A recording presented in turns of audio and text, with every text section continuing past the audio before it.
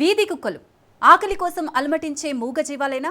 రోడ్డుపై వెళ్లే అమాయకులను గోళ్లతో రక్కి కోర పళ్లతో కొరికి చంపే క్రూర ముగాల? కుక్క కాట్లు, కుక్క చావులు, సునకాలను చంపడంపై సమాజంలో మిశ్రమ స్పందన వస్తోంది. మన సమాజం అన్ని కుక్కలను ఒకే ఘాటున కట్టి అకారణంగా కొట్టి చంపుతుందనే వర్గం ఒకటి జంతు ప్రేమికుల రూపంలో, ఎన్జీవీల రూపంలో ప్రభుత్వాలపై విరుచుకుపడుతోంది. మరో వర్గమేమో మనుషులను చంపుతున్న కుక్కలను చంపకుండా సమాజాన్ని రేబిస్ వెర్రితో నింపి మనకు మనమే అంతమవుదామా అని ప్రశ్నిస్తోంది. రెండు వాదనలు నిజమేనా?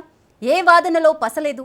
భూమి మీద ప్రతి ప్రాణికి జీవించే హక్కు ఉంటుంది. అలాంటిది విశ్వాస జంతువుగా పిలుచుకునే కుక్కను చంపటం న్యాయమేనా అనే ప్రశ్నలు వస్తున్నాయి. అయితే తిండి పెడుతున్న మనుషుల మీదకే ఎగబడి కరిచి చంపే కుక్కలను అంతం చేస్తే తప్పేంటి? మీరే న్యాయం చెప్పండి అనే వాదనలు వినిపిస్తున్నాయి.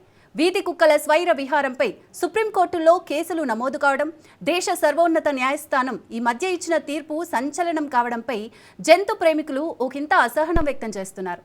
వీధి కుక్కలు కరిస్తే వాటికి అన్నం పెట్టే వారిదే బాధ్యత అని సుప్రీంకోర్టు కామెంట్ చేయడంపై మాజీ కేంద్ర మంత్రి మేనకా గాంధీ వ్యక్తపరిచిన తీరు కోర్టు తీర్పును ధిక్కరించడంలానే పరిగణించాల్సి ఉంటుందని వ్యాఖ్యానించింది. ఈ మధ్యకాలంలో గ్రామ పంచాయతీలు, మున్సిపాలిటీలు తమకు వస్తున్న విజ్ఞప్తుల ఆధారంగా కుక్కలను చంపడం, చంపించడం వివాదాస్పదమవుతోంది. కామారెడ్డిలో 500 కుక్కలను చంపి పాతిపెట్టడం, హన్మకొండ జిల్లాలో 300 శునకాలను చంపేయడం, తాజాగా రంగారెడ్డి జిల్లాలో 100 కుక్కలను చంపడంపై కేసులు నమోదవుతున్నాయి. కుక్కల నియంత్రణకు, వాటిని సామూహికంగా చంపేయడానికి తేడా ఉందని జంతు ప్రేమికులు అంటున్నారు. మనుషులనే కాదు, మరే ప్రాణిని చంపే హక్కు ఎవరికీ లేదని రాజ్యాంగ హక్కులను గుర్తు చేస్తున్నారు.